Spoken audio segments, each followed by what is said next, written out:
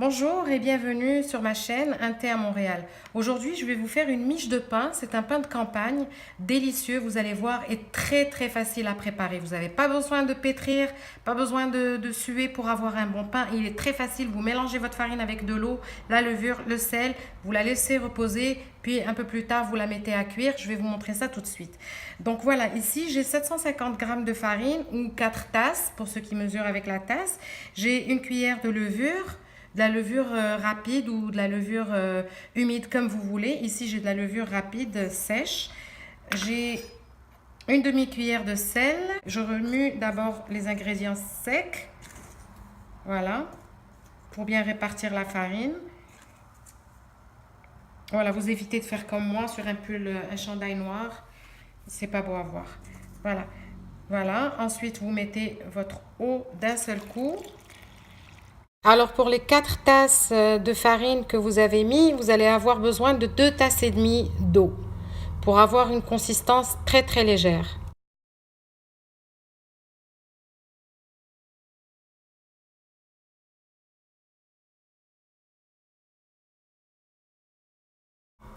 Ça vous donne un mélange quand même assez collant. On n'a pas besoin de pétrir. Tout ce que je fais ici, c'est que je ramasse la pâte en raclant les bords de mon récipient. Par contre, vous allez devoir être patient parce que le temps de repos de la pâte est de minimum 3 heures. 3 heures ou plus, comme vous voulez. Votre pâte ne va pas vous le reprocher si jamais vous la laissez plus longtemps. Voilà.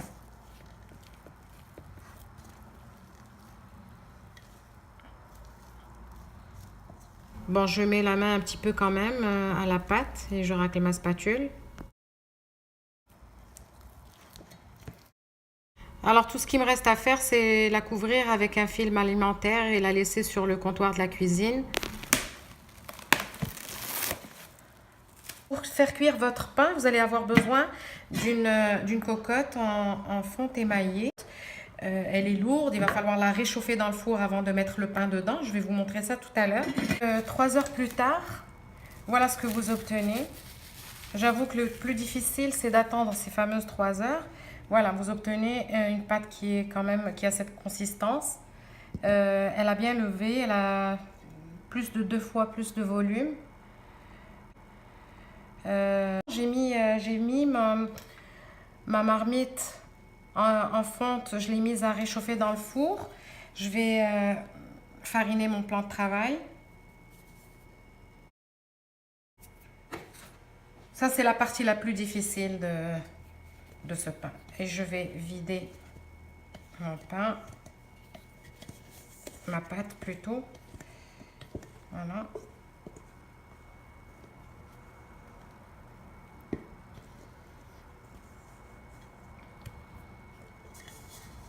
Voilà. Je vais fariner par-dessus aussi. Voilà. Elle est très collante. Et je vais utiliser un grattoir à pâte, ou vous appelez ça comme vous voulez, pour la plier comme ça. Voilà. Je vais utiliser mes mains. Voilà.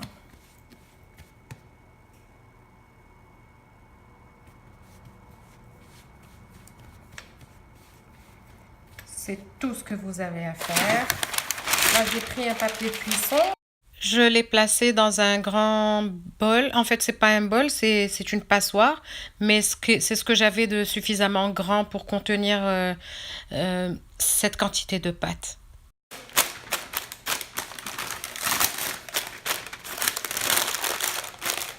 Voilà. Donc, je vais aller chercher de quoi le couvrir. Avant de travailler ma pâte, j'ai mis la marmite en fonte dans le four. Ici, elle est brûlante avant de pouvoir mettre mon pain dedans. Maintenant, je vais découvrir mon pain et je vais essayer de le faire passer délicatement là-dedans. Voilà, comme ça. Voilà, et je la ferme.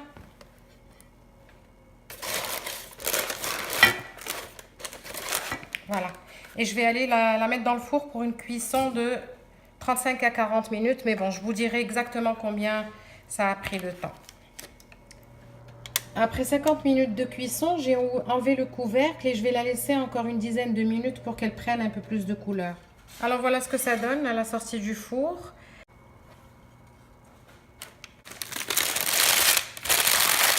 Voilà. Regardez. On va le laisser refroidir et on va le couper en tranches pour voir à quoi il ressemble à l'intérieur. Le moment tant attendu est arrivé, c'est le moment de le couper et il faut évidemment attendre qu'il soit complètement froid. Moi il est encore tiède mais j'avais pas la patience d'attendre. Alors je ne sais pas si vous entendez le bruit que ça fait. Voilà. Voilà. Il est encore très chaud. Je vais en essayer une autre. Voilà. Voilà ce que ça donne. Ça sent le paradis, je vous le dis tout de suite, c'est un délice. Et en plus, c'est très facile, donc ça vaut la peine de l'essayer. Voilà, c'est déjà la fin de cette vidéo. Si vous avez aimé mon pain, abonnez-vous, likez mes vidéos et surtout commentez. Ça me donnera une idée de ce que vous pensez de ce pain. Merci, à la prochaine!